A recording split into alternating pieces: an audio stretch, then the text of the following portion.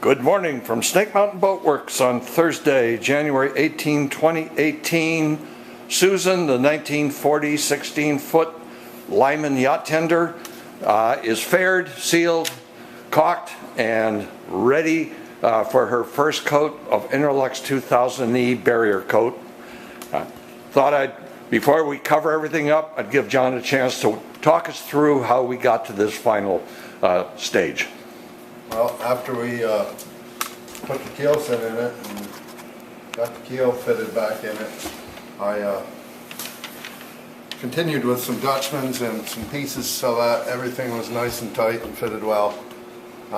We had a little bit of a gap here, and we put in this, I remade these two pieces of wood here and mounted them in the knee and the gripe and the keel.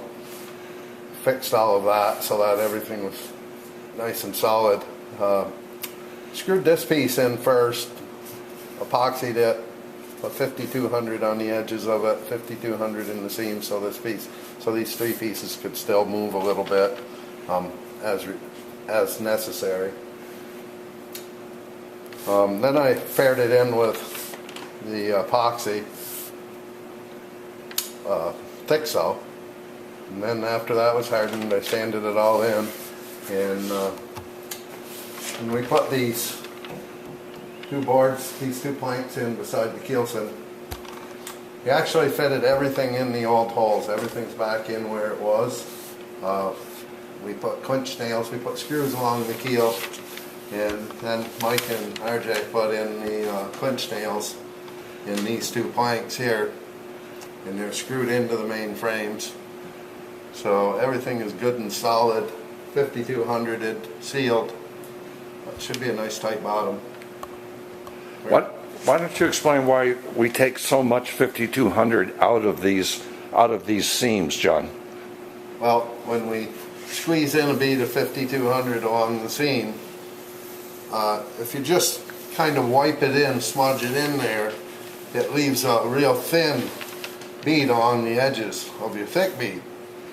What happens to that is, as time goes on, the real thin bead of 5200 loses its adhesion with the board.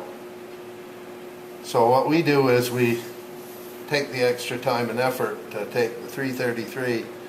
After we put this bead of 5200 in there, we clean it up with 333, and then we even take a paddle and we scrape out the excess so that there's a real fine bead in the corner of the two lap strake pieces.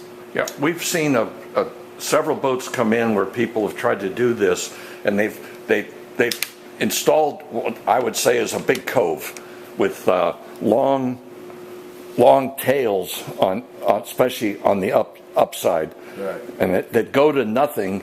And as often as not, those have lost their adhesion, as John said, and in the process, they let water start working down into and behind where we have it caulked, and these beads you can grab one end and just tear them out of the boat. Yeah, so if they lose their adhesion, you can just pull the whole strip right off the lap strake. But the way we do it, it doesn't lose the adhesion.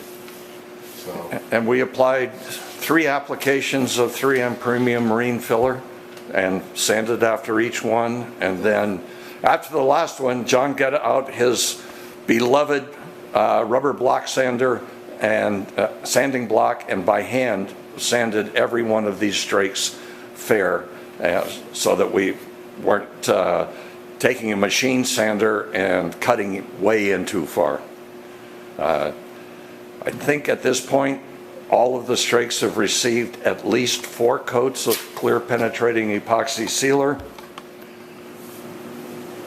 And as we finish this stage of Susan's conservation, you can see that the tails of the strakes have been faired quite aggressively so that they're absolutely smooth and don't cause turbulence as she races through the water in what I guess is a maximum speed of somewhere around maybe 20 knots, maybe 22, 23 knots. She's a yacht tender, not a racer. We put Michael inside, and with a very thin pry bar, I pried up each of these tails so that John could insert 5200 in this seam. And so we've got an absolute watertight seam all the way across the tails of the strakes. This is an area, not just in Lyman's, in many, many boats, where we see lots of rot, we see lots of water infiltration, we see lots of water sitting. So we take special care in this area to protect against water infiltration. So, on that note, I'll get out the paintbrush and start applying the Interlux 2000E two-part barrier coat. Thank you so much. Bye-bye for now from Snake Mountain Boat Works.